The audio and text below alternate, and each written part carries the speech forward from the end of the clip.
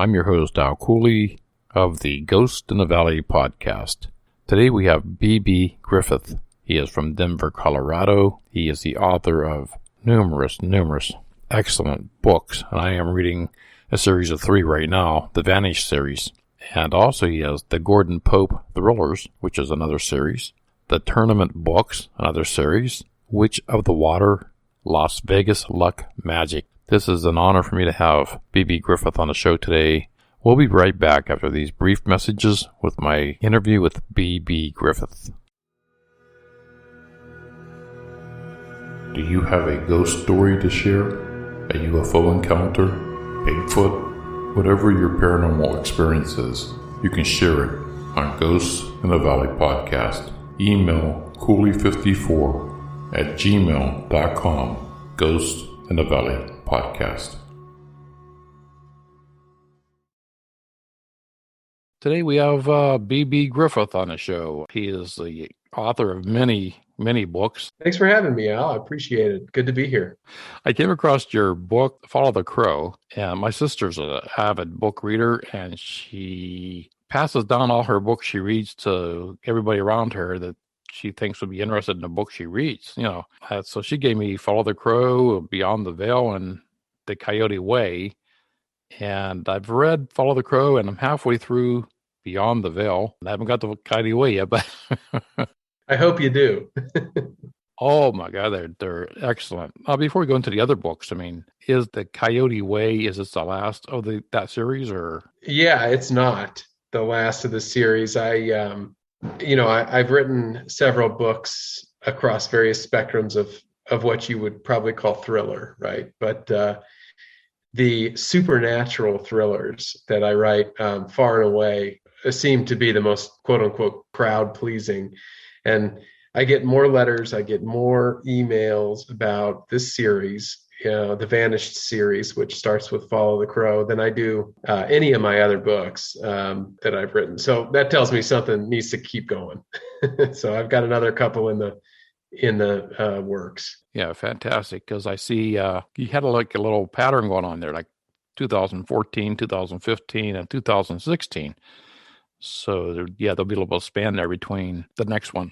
I went back to another series. I do basically what you're not supposed to do when you write books, which is I juggle 3 different series at once. I'll kind of move back and forth when really what you're supposed to do is keep the momentum going. But with this Vanished series, I'm blessed enough to have readers continue to find it and continue to clamor for it. And I'm really excited to get going on this 4th book too. Once I settle a few other things with the others. Yeah, my wife was asking me, what does this have to do with the paranormal?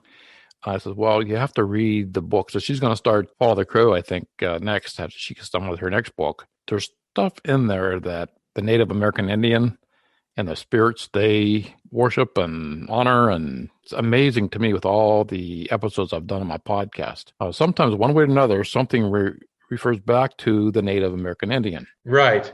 Yeah. And I grew up in Colorado, and New Mexico is a very close place to my heart, where a lot of Native Americans, particularly the Navajo, call that area home. And I have been particularly fascinated by the way that the Navajo really stand out in the way that they've documented their, spiritualistic aspect. They were descendants of farmers, right? They have a very close relationship with the land and with what I call the thin spaces of the world. And they have a very interesting way, a very non-Western way of explaining a lot of strange things that really resonated with me, and, is the reason that I wrote the book. And not only with me, though, it seems to resonate with all of my readers, which really tells me that there is far more than just a kernel of truth in there. Right, that there's something that speaks to all of us very deeply, even native, non-native,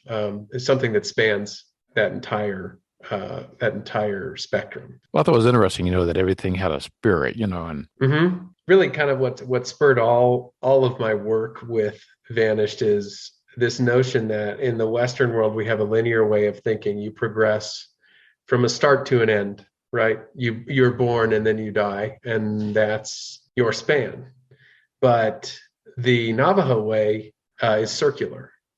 And everything that was comes again, and everything that is has a meaning that's deeper than what you may initially be thinking, right? And that is a great well of fiction writing, right? And of course I do take liberties, and it's well researched, but I'm creating a fiction realm around these base characters, which are the coyote, which is a major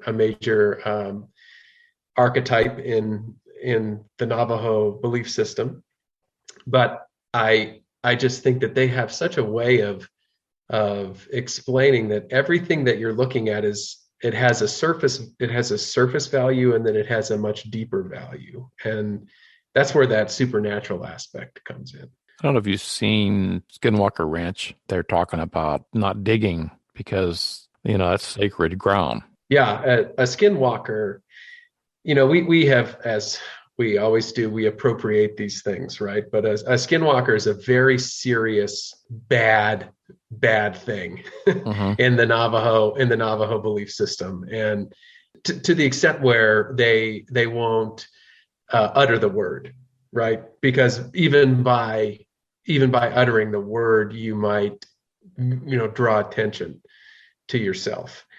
And what's interesting is that often, and in the stories that I write, skinwalkers are infectious. So you might not know. In fact, historically, and in some instances with some of of my inspirations, Tony Hillerman and some of these others, where you have just like a bit of bone in the mouth, and that's all that it takes to turn you into a skinwalker. So that's part of where I think the terror comes from. It could be anybody. It was the original, the thing, right? That kind of, it could be anyone you're looking at that is this ultra nefarious, powerful, negative being. Follow the Crow was absolutely phenomenal. I really like the Beyond the Veil because you take it to a different area. I was thinking, how are you going to do these characters from book to book? And I like the way it starts out with a whole different character. So each of these books is told in first person present, which is a very, I think, unique way of telling a story. And people told me would never be well received. And there you go. It's my most well received of any of my series. But it's tough to tell, I think, a story in a split narrative where every chapter is a different person or is told from the present voice of a different person. And, Follow the Crow had a start to finish narrative, but I wanted to go beyond the veil of death, right? Which I have visualized as sort of as a physical curtain. What that might look like in what I have read and researched as a strongly Navajo tilt, right? Which is as a river where there is no good or bad. There's only peace and chaos. And, good and bad is a very Western way of, I think, labeling, spiritualism. You're either a good person or a bad person. But I found in my research of the Native Americans that it's less about what's good and what's bad and more about what is peaceful and what is chaotic, and that both have a place in the world. And ultimately, you're going to be asked where you feel most comfortable. Do you feel most comfortable on the peaceful side or on the chaotic side? And that's kind of where you're going to settle, right? And I wanted to depict that in fiction. And so that's what that Beyond the Veil is about. Yeah, well, we're going to get back to Follow the Crow because I have a story for you there that happened to myself reading your book. I'm going to get into the Gordon Pope thrillers. That's another 3-part series? Yes, this is a 3-part series that is what I would call a psychological thriller that follows the life and trials of a child psychiatrist that's trying to help children in Baltimore, which is a very rundown, difficult area in a lot of places, that I know from personal experience, and our family does here. My wife is a nurse that was educated at Johns Hopkins, which is very illustrious school in a very rundown area. And Baltimore is just difficult, but very rich culturally and very rich, I think, spiritually. And there are a lot of kids there that I think are dealing with a city that is in some disrepair. And The Sleepwalkers, which is the first book in that series, is also fairly paranormal in that what it talks about is dreams. And the whole premise is if you can commit a crime in your sleep, and what dreams mean, and how they tap into kind of an ancient system in our bodies that might harken back to sort of like a Jungian, very primitive and primal instinct, and what that might mean. And that seems to have tapped into a lot of my readers. They like that one too. I'm doing an episode in the summer. It's going to be based on dreams. Really interested in reading that one. Yeah, Mind Games, which is each of them follows a character that has a very significant mental disorder, and I had to be very careful to treat those respectfully, right? Because that's something that, unfortunately, in the United States, we just see so much of, right? But schizophrenia, and then psychopathy, and what was interesting about The Sleepwalkers was, and the whole point that I had behind it was that nobody really knows what dreams are. We've invested millions and we have the brightest minds in medicine and in psychiatry and in psychology, and no one really still really understands what the point of them are and why you sort of start to remember them at a certain age, and why you have lucid dreams sometimes, and other times you're carried on for the ride. It's a very strange thing that happens in our brain that not a lot of people understand. And I just think it's a great space to explore in fiction. And that leads you into Shadowland? Mm-hmm. Yes, Shadowland is the third in my series, where my protagonist, Gordon Pope, has his entire career been battling a very difficult juvenile psychiatric center where kids are mistreated. He's a champion of children. No matter what you've done, you always are given the benefit of the doubt by Gordon Pope. And in Shadowland, he really comes to a head trying to fight a system of incarceration for children that he sees as evil. And his alternative is himself, which is just very open, one-on-one understanding of children. And I released that one. That was my most recent release, and it's done very well. People have really liked it. What's interesting though is that I kind of veered in that series into, I guess, what you might call more hard-boiled thriller. And a lot of the people who first read The Sleepwalkers, which I think is probably the most ephemeral of all of them, are like, where's the weird Jungian stuff? Give me more of that. So I always take the feedback on my readers, and I'm looking forward to kind of delving into more of the weirdness of the mind again with the Gordon Pope stuff. Yeah, there's nothing better than positive criticism. That's right. But, getting to The Sleepwalkers, and dreaming, and one psychic told me she gets her visions from some of her dreams. And she told me the dangers of a dream inside of a dream. When you're dreaming and then you're dreaming you're inside that dream, how dangerous that is. Mm-hmm. And then when you have a dream inside of a dream inside of a dream. Yeah, it's like in Inception, you're kind of getting too deep. It's almost hard to get out of that. Right. The whole Gordon Pope series came about because people can't explain that humans have the same types of dreams. Uh-huh. It doesn't matter who you are. They have the same types of dreams with the same issues and the same colors and a lot of the same things that happen, right? In terms of like falling or what red means or stuff like that. And no one really knows how that happened. And to me, that is an unexplainable that we live with every day, and people don't really delve into it because there's no way to figure it out. So that's kind of why the Sleepwalkers came about. The tournament books, Mm-hmm. the Blue Fall, Gray Winter, Mm-hmm. Black Spring, and Summer Crush. That's right.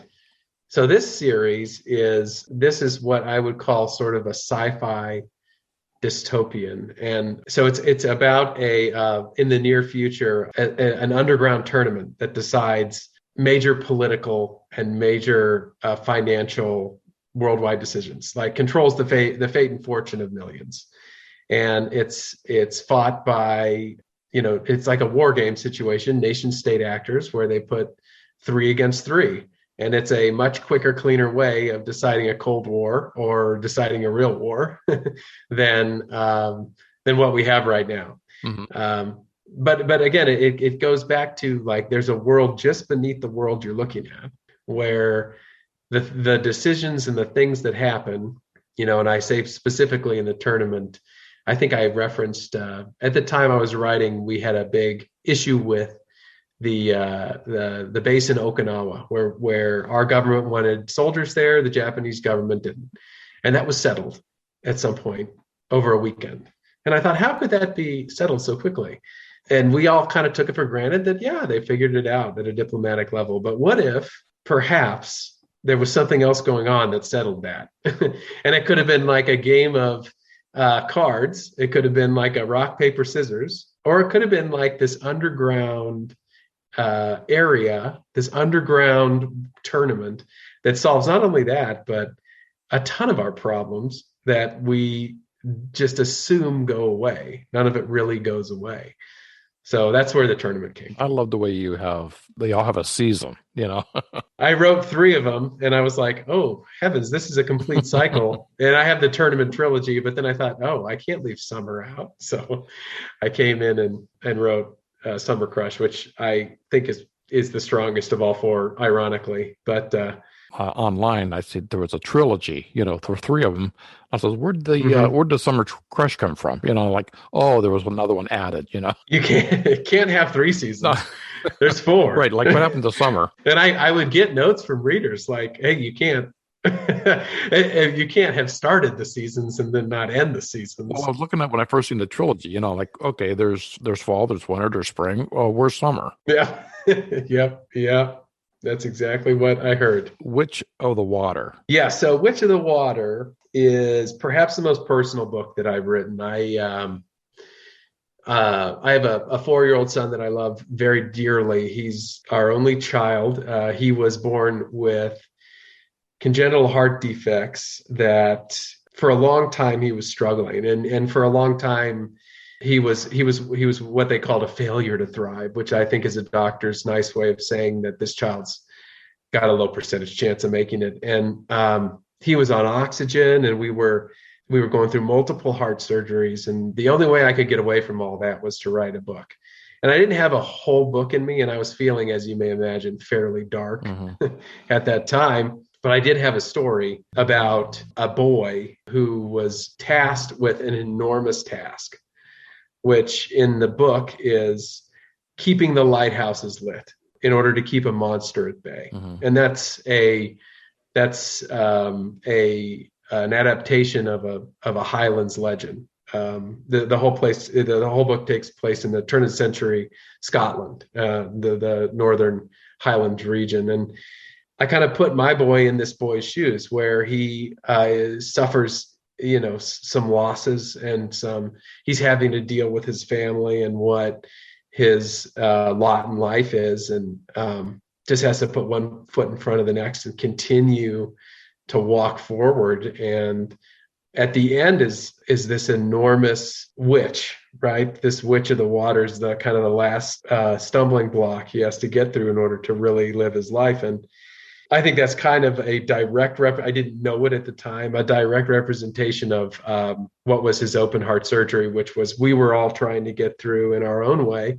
And, he was 6 months old. He couldn't have known this, and he still doesn't know, thank God, because you have that selective memory about difficult times. But uh, it ended up being, I think, a very powerful, concise punch of a novella that that has struck a lot of people, and that actually I get outside of the Vanish series, I get more requests for follow-ups there than I do any of my other books. It's incredible, but a few things stuck with me that also helped to inspire the writing, which was, so he had open heart surgery. They sent us home with Advil, and he was fine after, I think, 24 hours. I mean, they had the adhesive across the big zipper, Mm-hmm. but he was fine. And he said, and they said, with children, young children who don't understand what's happening, they do not associate pain or any of this with death. And that's why they recover like gangbusters, right? It's us, only we associate pain with death and have a fear factor involved. And he just didn't have that. He just assumed, I mean, it's kind of heartbreaking. He assumed this was course of life. Everybody went through an open heart surgery, maybe at 6 months.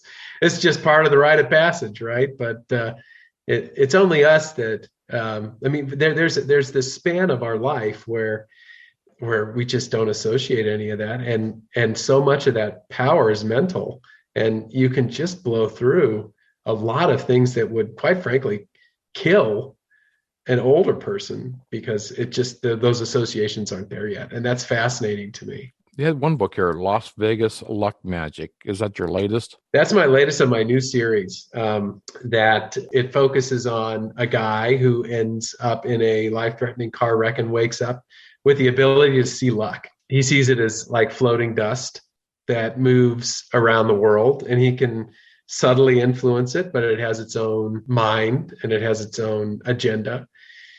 So naturally, he goes to Vegas to try to get to the root of it, because Vegas is the land of luck. It was written around that time where we were struggling with our son, and it's a way that I think I had a main character who I really love turn a tragedy into something that is beneficial. And I wanted it to be, and I'm working on the second and third book. That's my entry into what you might call the magic fantasy realm. It's magic at a cost, right? So I think that's interesting. The Voice and the Pendant. Those were my very earliest. I did a co-collab. Those are children's books, which I find still, and always will, as maybe the purest form of storytelling, extremely hard to pull off. But those were two entries into a very early series of children's books that, unfortunately, I don't think those are going to continue on. But that was my first foray into writing, which you could say turned me on to the whole rest of the game. So the second one was Trial by Fire. Mm-hmm. So I'm assuming those were your first books. First and second, they were co-written, so I was a co-author on those, and had a great time doing that. It was an educational experience to me. It's very hard to write children's books well. It's sort of is that old adage where you know the long form is easy, short form's hard, short story's harder, poetry's hardest. The shorter you get, the more difficult it is to make an impact, and you just have to. I'd love to get good at that stuff again, but right now I'm too lost in my enormous narratives. I see you have a degree in English and American literature. Mm-hmm. Before you became an author, I mean, I know you took literature. Did you know you were going to go into being an author of books, or a newspaper journalist, columnist? How did you know which field you want to go into? I didn't know. I didn't know at all. In fact, I went into college as a business major and darn near flunked out. So I had to turn some stuff around real quick. So I flew to the farthest realm from business, which in my mind was literature. And I hit that off really well. I essentially realized that all I ever wanted to do in college was read books and write about books. Now, whether I could write a book was another question. But I think the more books that you read, the more you realize that there's not so much separating you from them. Certainly some life experiences, right? The only difference between like me and people who haven't written books is that they have not physically finished a book. That's it. I mean, they could do it just as well as I could. You get better as you go down the line, but I always say, a writer is simply someone who finished. That's it. I see you were born and raised in Denver, Colorado, and you left for a while, then you went back. You're still there now? Still am. Yeah, I love Denver. What led you back to Denver? Well, I think it's mostly family. I worked in oil and gas out here. As an English major graduating, you actually can't. A little known to most of us, you can't jump right into a lucrative or at least quasi-successful literary career. You have to kind of figure out ways to write for business. So that's what I did. I was a contract writer and a grant writer. I worked for nonprofits. Oil and gas was big out here at the time. Now tech is big out here.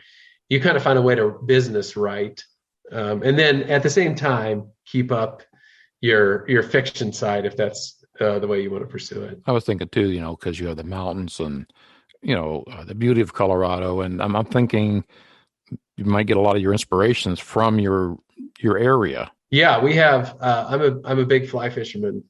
We're blessed with some of the greatest gold medal streams in the world here. Roaring Forks and some of these others, and up in Colorado Springs. And I talk about thin places where, in a lot of my novels, where you just feel you're like in a spot that is different and is more connected in a different way to a world that's beyond you. And a lot of those for me are on the river. And I think that's sort of part of the appeal for fly fishing for a lot of people. It's just a spiritual thing. And so I do love that. And Colorado has some of the best in the world in that. I try to take advantage whenever I can. Getting back to Follow the Crow. My sister gave me the 3-part series of the books. I started with Follow the Crow, but the day she dropped off the books, and when I live kind of like a small village, it's kind of a farming community, and I have in front of my house a big field. That day where there was 100 crows in the field, nice sized crows too. Well, then getting into the book, and there's a part of the book where she's looking at the crow, and I'm at the same time, this crow flies up on my windowsill, and I'm looking at this crow like, okay, what's going on here? Then the crow flies off. As I'm reading the book, the crow flew off. I'm like, this is getting even stranger. So I left my living room, went to my sunroom, and sure enough, the crows were flying around my house, and like 100 of them. Well, then I had a psychic on my show, and we talk a little bit, and just out of the blue, she says, how's your crow problem? Because you always wonder, how does a crow fit in with the Indian, Navajo? Yeah. What's interesting, and that's an incredible story, and one that others have told, not quite at that intensity. That must have been insane. We have a lot of, the crow migration hits Colorado in the fall, right when everything is spooky. And we will have hundreds, right? And there's such a, they do caw in a lot of ways, and sometimes they're completely silent, and they sit in those trees. And I strongly believe that they know more than they say. Well, what got me was that, when they were sitting in the field, they're very silent.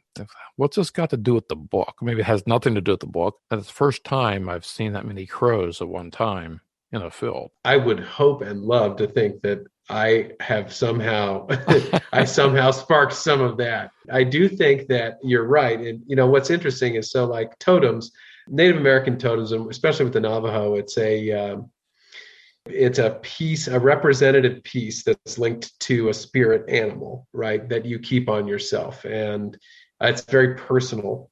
A lot of people, and I write about this in the book, want the cool ones, just like any of us would, the bear or the eagle, something like that, that has sort of a victor definition or a power definition in the Native American lore. But the crow, like you said, it's about change. And in fact, it's not a totally positive omen. But it's not totally negative. Mm-hmm. It just means that something is happening that's big. And that's sort of what I glommed onto with our main character, who goes through a transition of life and death and beyond, and the ultimate change, and how that's represented by a crow. I'm curious, and I often wonder why they decided to attach that to the crow. We all kind of feel it, right? That a crow comes along during certainly a seasonal time of passage. It's a carrion bird, so it comes along during a physical time of passage for animals and people, and certainly in the days when there were wars fought, where the crow was there during that time. Thought I shared that story because I'm reading the book and I'm like, I stopped reading it for a couple of days and the crows are gone, and then I started reading the book and the crows come back. I'm like, I love to hear that, Al. I think that's great. And you know what? In absence of other evidence, I'm going to take credit for that. But I loved on your website, you had put your writing and publishing tips, because I'm starting my own book. It's been in a process for over a year now, but I don't want to really call it Ghost in the Valley. I want to, like you said in those tips, sometimes your title of your book can change 6 or 7 times, during the process of your writing. So I want to go through like just basically one story that got me into, the paranormal and the one that affected me. Yeah, I don't let anyone know what that title is going to be, because they'll have an input. I'll tell you that right now.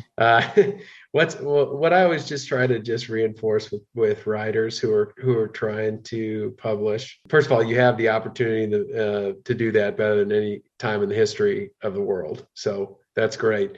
But second of all, I think people are afraid that once they put a thing out there, it's set in stone, like it's a commandment, and Moses brought it down and that's it. And you never can change it. You never can update it.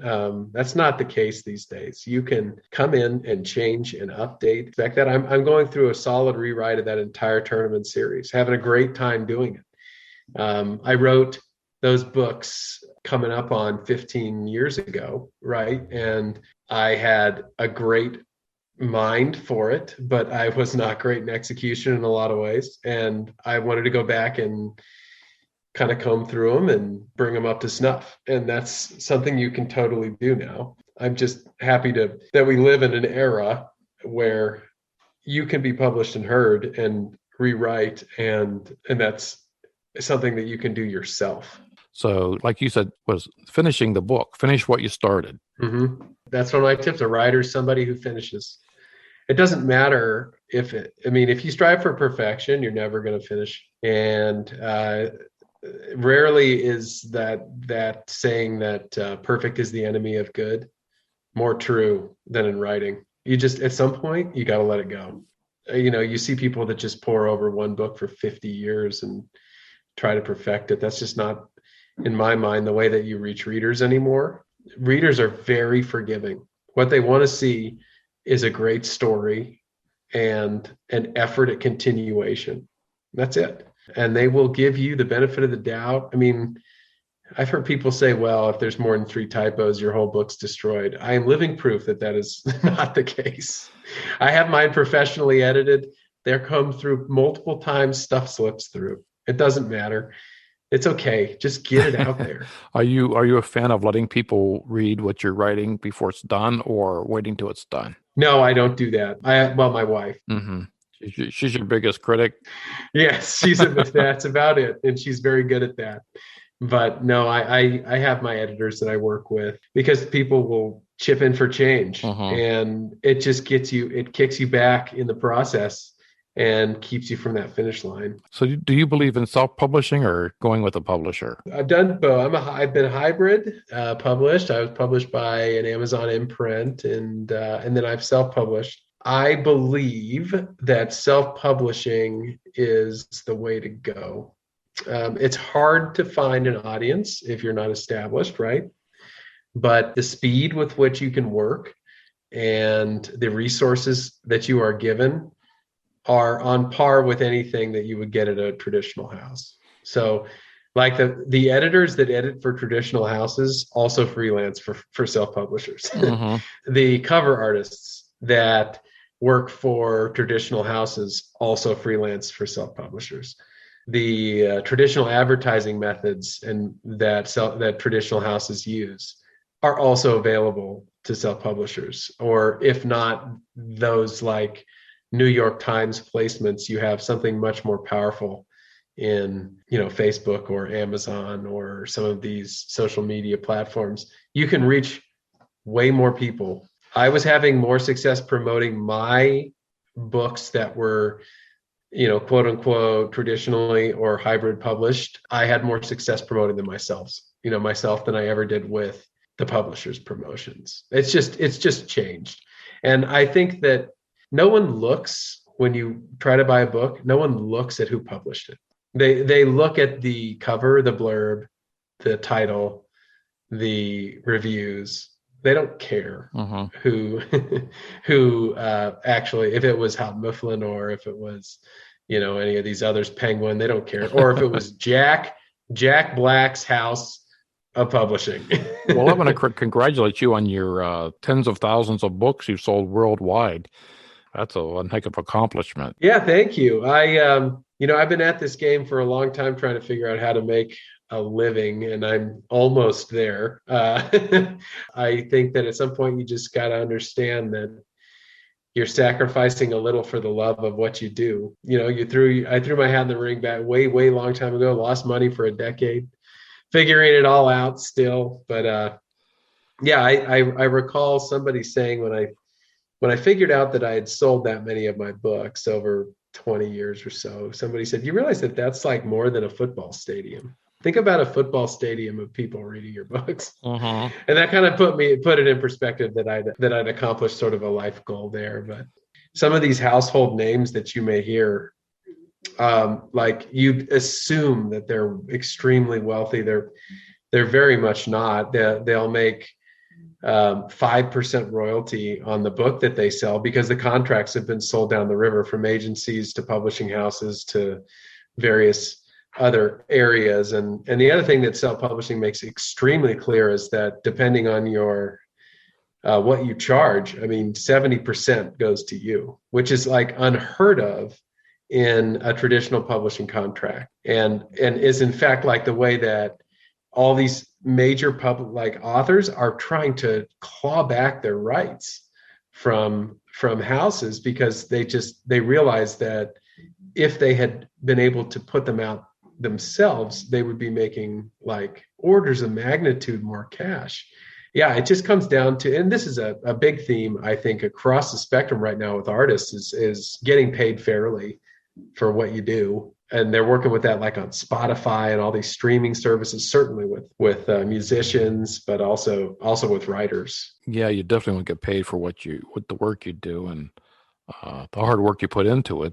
What do you have coming up? Anything in the works? Yeah, so I'm doing a complete re-release of the tournament series, which was my original one that put me on the map. A complete re-release and a complete rewrite of all 4 books. I just published Blue Fall again.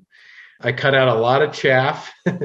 Some readers that have been there from the beginning will have the unique opportunity of seeing basically a book cut in half. And I'm curious to hear from those readers as to whether or not they think I maintained the spirit. And I think I did.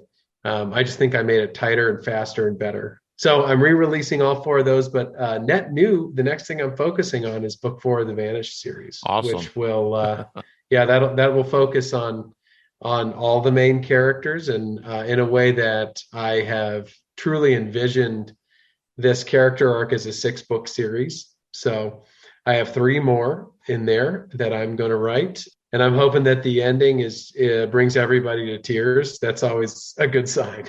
So the next one will be the ending? Nope. The next one's book 1 of the next 3. So book 4 of 6. I'm going to do the next 3, I think, back to back to back very quickly. So it's going to be a 6-book series, which is crazy for me.